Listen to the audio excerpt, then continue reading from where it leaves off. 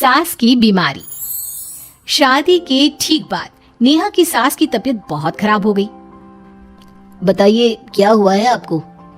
बेटे की शादी थी तो थकान हो गई, मौसम बदल रहा है तो जुकाम और बुखार हो गया, ऊपर से बहू के घर का खाना पता नहीं कैसा था कि पेट भी खराब हो गया। खाना तो बहुत बढ़िया था डॉक्टर साहब, सारे रिश्तेदार तारीफ कर रहे थे। रोहित की माँ इतनी कमजोर है कि जरा से में बीमार पड़ जाती है।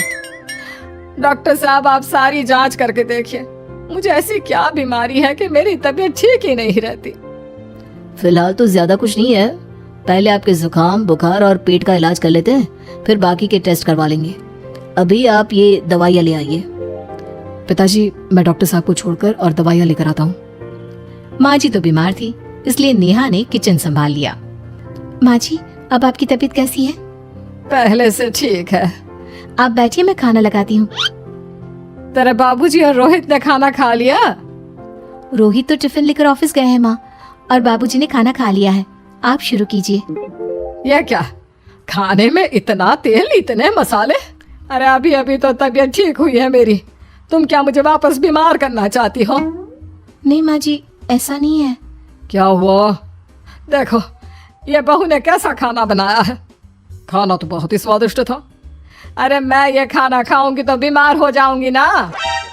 ओह हाँ, बहू को अभी पता नहीं ना तुम्हारे बारे में, रोहित समझा देगा उसे।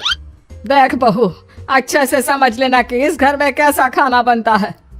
हाँ माँ जी मैं समझ लूंगी, लेकिन अभी आप कुछ तो खा लो। ये खाना खा लूंगी तो कल का खाना खाने के लिए बचूंगी भी नहीं।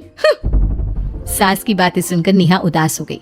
उसने रोहित के घर आते ही उससे माँ जी के खाने के बारे में पूछा।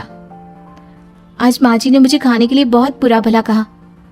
माँ को मसालेदार और तेल घी वाला खाना सूट नहीं करता, वो बीमार पड़ जाती हैं। ऐसी क्या बीमारी है माँ जी को? पता नहीं, आज तक कई डॉक्टरों को दिखाया, कितने टेस्ट करवाए, लेकिन कोई बीमारी पकड़ में ही नहीं आई। नेहा को कुछ समझ में तो नहीं आया, लेकिन उसने अपनी सास के हिसाब का खाना बनाना सीख लिया। माँ जी आज तो खाना ठीक है ना? खाना तो ठीक है, लेकिन ये मुआ रेडियो क्यों चल रहा है इतनी तेज आवाज में? वो माँ जी मैं अकेले काम करते करते बोर हो रही थी ना, तो टाइम पास करने के लिए चला दिया। तेरा इस टाइम पास के चक्कर में मेरा सर दर्द से फटने लगा है, तेज आवाज से मुझे माइग्रेन हो जाता है। सॉरी माँ जी, मुझे पता नहीं था। तो मैं जब तक सब पता चलेगा तब तक मैं तो भगवान के पास ही पहुंच जाऊंगी।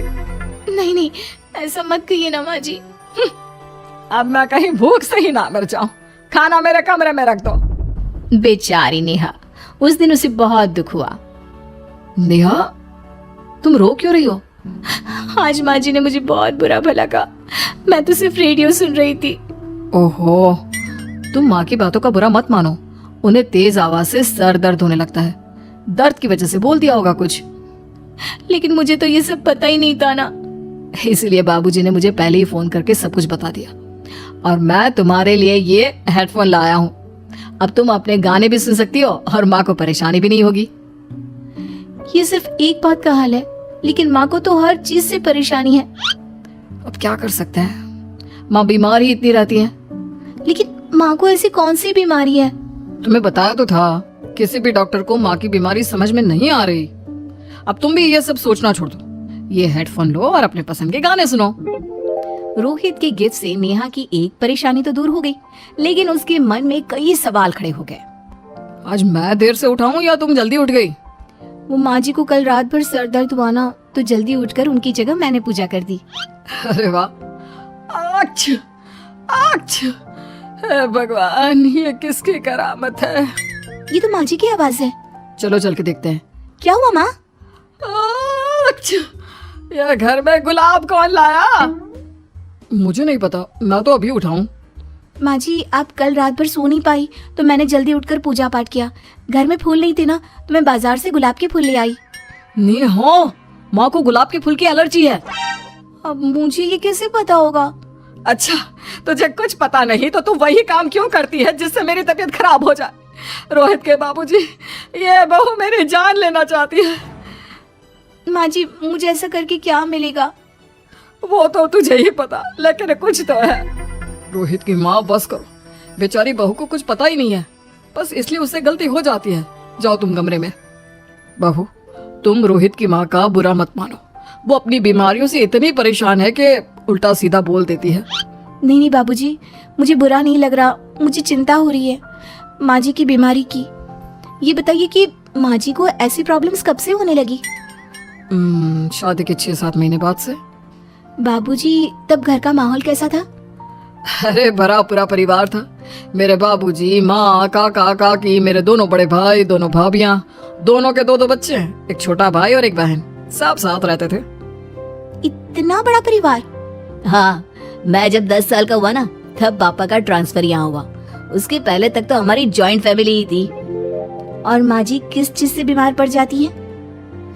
जब तेज गर्मी हो, ठंड हो या ज्यादा बरसात हो जाए। जब माँ ज्यादा थक जाए, जैसे दिवाली पर घर की सफाई या कोई फंक्शन हो, या ज्यादा मेहमानों के आने से घर का काम बढ़ जाए। तेज म्यूजिक, तेज लाइट या ऐसी कोई तेज स्मेल आ जाए।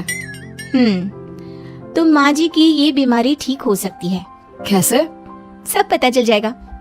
आप कल माँ जी की टेस्ट रिपोर्ट लेने जाने वाले हो ना? हाँ। तो सुनिए क्या करना है। अगले दिन रोहित माँ जी की रिपोर्ट्स लेकर आता है। माँ, बाबूजी, नेहा। अरे क्या हो गया रोहित? माँ जी की रिपोर्ट आ गई है। कुछ सीरियस है क्या? जिसका डर था वही हुआ। अरे गोल गोल बातें मत कर, सीधी तरह बता बेटा, क्या हुआ है मुझे? माँ, आपकी किडनी, लिवर सब फेल हो गया है। आपका दिल भी कमजोर हो गया है। डॉक्टर ने कहा है कि आपके पास सिर्फ 1 महीना बचा है। ये क्या बक रहा है? ऐसा हो ही नहीं सकता। मुझे लग ही नहीं रहा कि मैं इतनी बीमार हूँ। लेकिन माँ जी, रिपोर्ट झूठी तो नहीं हो सकती ना?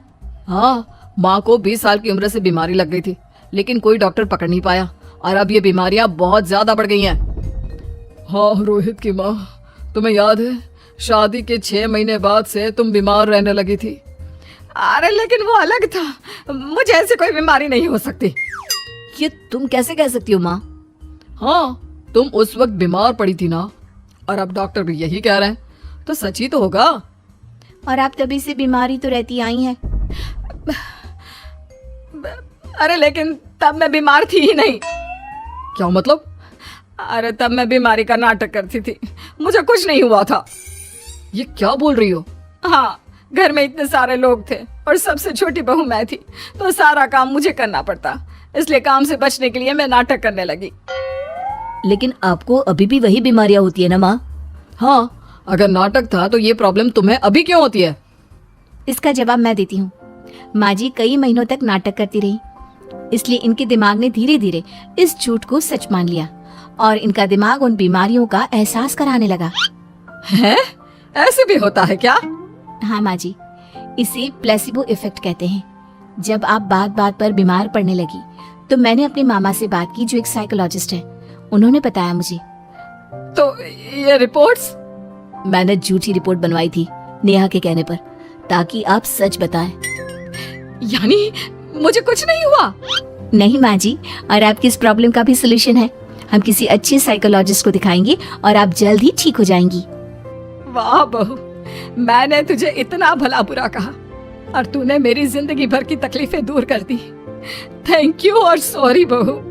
अरे मुझे भी तो सॉरी कहो, पूरी जिंदगी तुम्हारी सेवा की है, वो भी झूठ मूठ की बीमारी के लिए। हाँ हाँ, आप भी माफ कर दो मुझे, बस सॉरी। तो इस तरह नेहा ने अपनी सास की बीमारी पकड़ भी ली और ठीक भी कर दी।